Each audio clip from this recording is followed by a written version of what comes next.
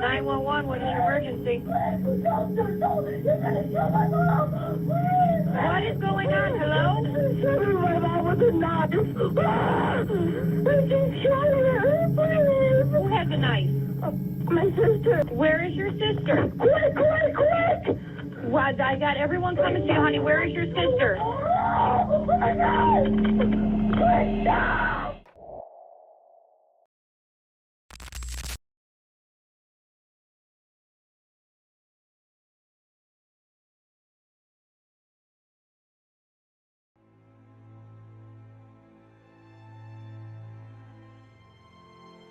On the surface, the Knofel family looked ordinary, quiet, stable, safe.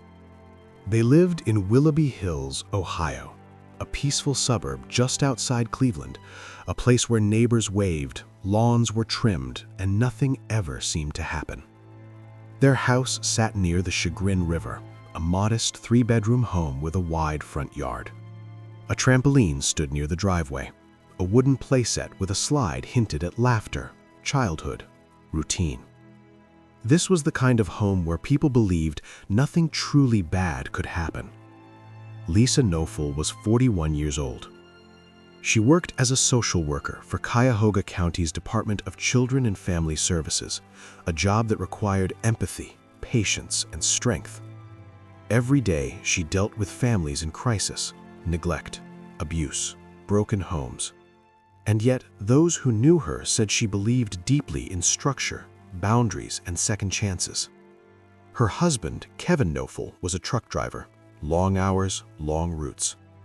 He was often away from home, which made Lisa the emotional center of the household. When Kevin was on the road, she held everything together. They had 3 children under their roof, but this was not a traditional family. 3-year-old Haley was their biological daughter. A cheerful toddler, small, vulnerable, the kind of child who still wandered into her parents' bedroom at night seeking comfort. 13-year-old Megan was Lisa's daughter from a previous marriage. Quiet, observant, old enough to sense tension, young enough to not fully understand it. And then there was Sabrina Zunich, 18 years old, their foster daughter. Sabrina had entered the Knofel household years earlier, after a childhood marked by instability, violence, and neglect.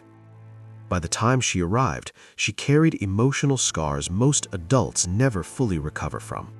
Anger, attachment issues, a desperate need to belong. To the outside world, the arrangement looked like a success story. Sabrina was attending school regularly. She was passing drug tests. She was seeing a counselor. On paper, she was thriving. But inside the house, the balance was fragile. Lisa believed in rules. Sabrina resented them. Lisa believed in structure. Sabrina interpreted it as rejection. Arguments became frequent, voices raised behind closed doors, doors slammed, words said that could not be taken back. Sabrina confided to friends that Lisa made her life miserable, that she felt unwanted, replaced, secondary. What no one outside the home could see was how divided the household had become. Lisa's attention was focused on her daughters, Megan and Haley. Sabrina, feeling pushed aside, gravitated toward Kevin. And Kevin did not push her away. Instead, he listened, he comforted, he positioned himself as the one person who truly understood her. Slowly, subtly, boundaries blurred. What appeared to be support began to shift into something else. Something inappropriate, something secret, something dangerous. But on November 12, 2012, none of that was visible to the outside world. That night began like any other. Kevin was on the road driving his truck. Lisa was home with the children. Haley was put to bed around 10 p.m. Megan retreated to her room shortly after. Sabrina stayed up late, sitting in the office area, working on a British literature assignment, headphones in, music playing. A normal house, a normal night. No alarms, no screams, no warnings, just quiet. And beneath that quiet, a storm that had already been building for months.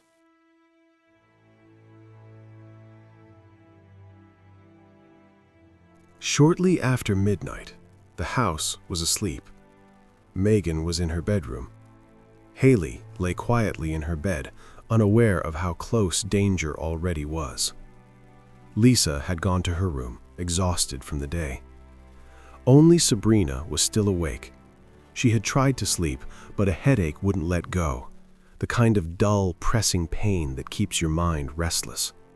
She left her room and walked downstairs toward Lisa and Kevin's bedroom, intending to take medication. What happened next would later be described in fragments, conflicting statements, gaps in memory, silence where answers should have been.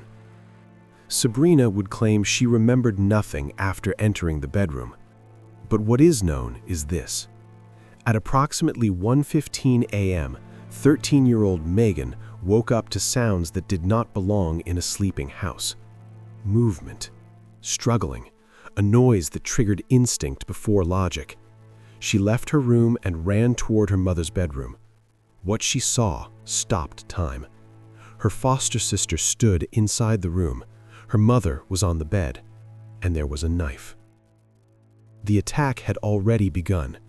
Lisa fought back. The wounds on her body would later tell the story her voice never could. Defensive injuries on her arms and hands. Deep, forceful stab wounds to her head, neck, torso, and limbs. The knife was driven in again and again, not in panic, but in sustained violence. One wound severed her carotid artery. Another twisted deep into her jaw. The blade itself bent under the force. This was not a single moment of rage. It was prolonged, relentless. As the violence unfolded, 3-year-old Haley woke up, confused, terrified. She hid in a closet, alone in the dark, while her world collapsed just feet away. Megan ran outside, shaking, and dialed 911. Her voice on the call was frantic, her words broken, but clear enough. Something terrible was happening inside the house. A patrol officer was dispatched immediately. Willoughby Hills was not a place where calls like this were common. As he pulled into the driveway, Megan stood outside, clutching the phone, begging him to make it stop. The officer moved down the hallway toward the bedroom. He announced himself, ordered Sabrina to come out with her hands up. When she stepped into view, the scene became undeniable. Sabrina was covered in blood. Her hands were trembling, and in her grip, the knife. She was crying, unfocused, barely coherent. Small cuts were visible on her hands and legs, injuries consistent with a violent struggle. Lisa lay on the bed, beyond help. Paramedics would later confirm what was already obvious. The blood loss was catastrophic. Her veins had collapsed. Her heart had stopped. She was pronounced dead at the scene. In a single night, the illusion of normality was gone. A mother was dead. A child had witnessed the unthinkable. Another hid in fear. And the person standing with the weapon was someone the family had tried to save.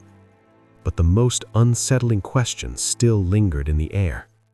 Why?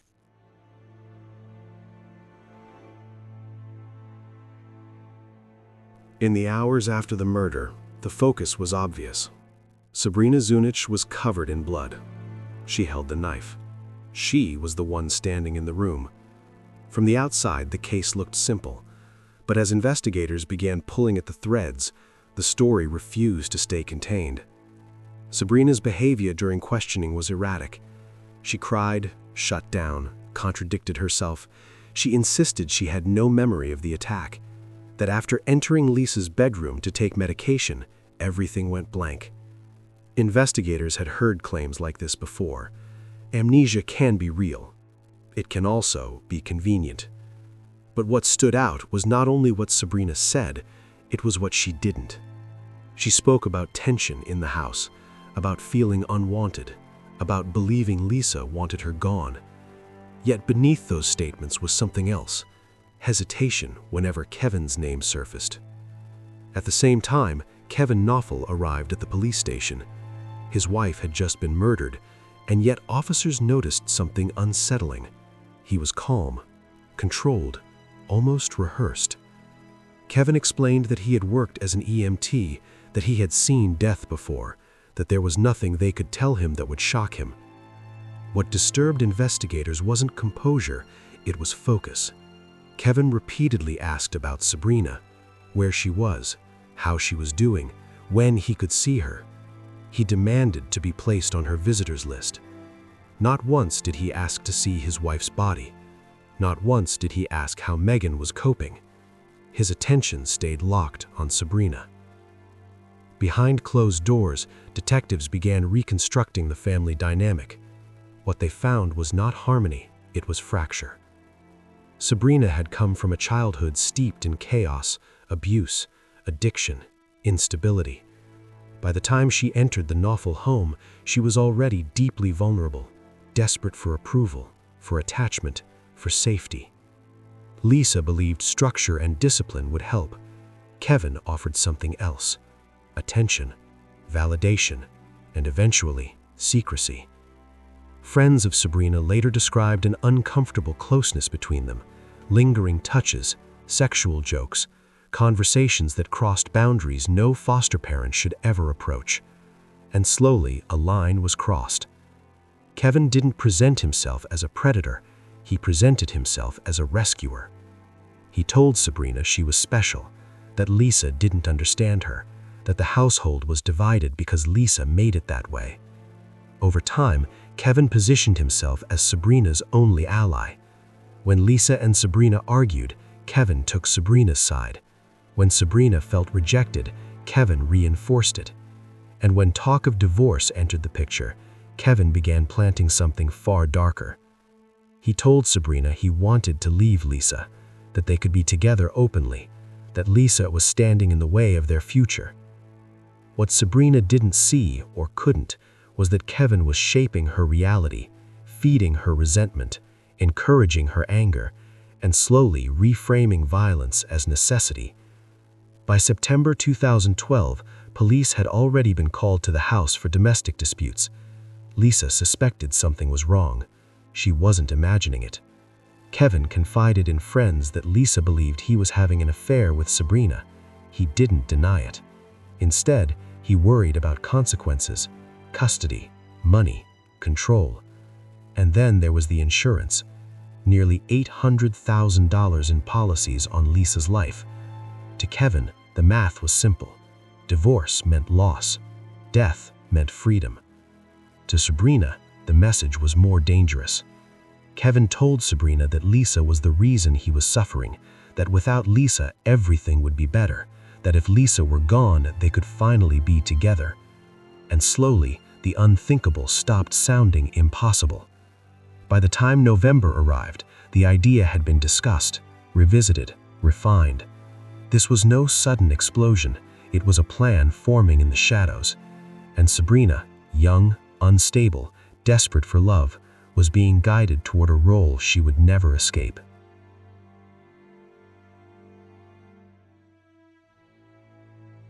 By November of 2012, the Normal household was no longer a home. It was a pressure chamber. The arguments between Lisa and Sabrina had become routine, voices raised behind closed doors, accusations, resentment, and beneath it all, a secret that would define everything that followed. Kevin had already made his choice. In the days leading up to November 12th, the conversations between Kevin and Sabrina turned explicit, direct, deadly. This was no longer emotional venting or fantasy, it was planning. Kevin told Sabrina that divorce was impossible, that Lisa would take everything, that he would lose Haley, that financially, Lisa was worth more dead than alive. Nearly $800,000 in life insurance. Kevin framed the murder as a solution, as an act of love, as something that had to be done. On the night of November 12th, Kevin made sure he was gone. He left for work, creating the perfect alibi. Inside the house, everything was quiet, exactly as planned. Sometime after midnight, Sabrina moved through the house. She entered Lisa's bedroom while she slept. What followed was not quick. and it was not restrained. Lisa woke up and fought. She fought with everything she had. The medical examiner would later document 178 separate stab wounds to the head, the neck, the torso, the arms, the legs, defensive wounds everywhere. The knife was driven deep, twisted, withdrawn, and driven again. One strike severed a major artery in Lisa's jaw. Blood loss was catastrophic. Her veins collapsed. Her heart stopped. This was not panic. This was rage, fueled by manipulation. When it was over, Sabrina stood in the room, covered in blood, holding a knife that had bent from the force of the attack. 3-year-old Haley hid in a closet. Megan would discover the aftermath. And in those final moments, the plan unraveled. Sabrina did exactly what Kevin had told her to do. She said nothing. She claimed she didn't remember. She acted confused. Because Kevin had promised her that insanity would protect her. But crimes like this do not stay buried. And neither do lies.